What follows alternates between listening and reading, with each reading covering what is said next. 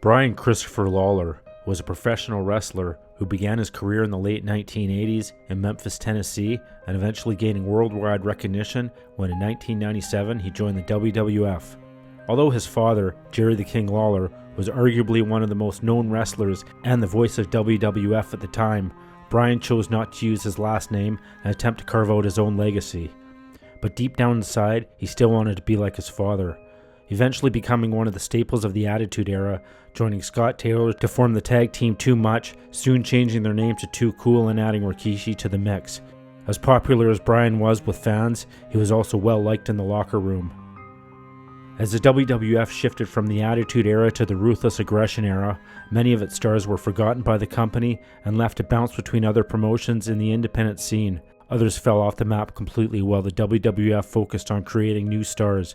Many couldn't cope with being worldwide celebrities one day performing in sold-out arenas, making several $1,000s per week, to making the daily grind of wrestling in bingo halls, high school gyms, and rec centers, sometimes not making enough to pay for gas, food, and a hotel room. Brian made a brief return to the WWF, now called the WWE, in 2004, but Brian, like most performers at the time, allowed his extracurricular activities to become a habit. By 2009, his lifestyle began to catch up with him, and being arrested was all too common. Over the next 9 years, he would be arrested several more times.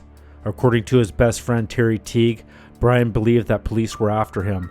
Having his fair share of run-ins with the law, he believed the arrests started to become personal. In 2018, during a jail stint, he was found unresponsive in a cell and was taken to a local hospital, where eventually he was taken off life support. His death was ruled a suicide. But his father, Jerry Lawler, as well as many others, including other inmates at the jail, questioned this theory, and even filed a wrongful death lawsuit against the county, as well as the sheriff, for failing to protect his son. Many questions still remain around the circumstances surrounding his passing and his final hours.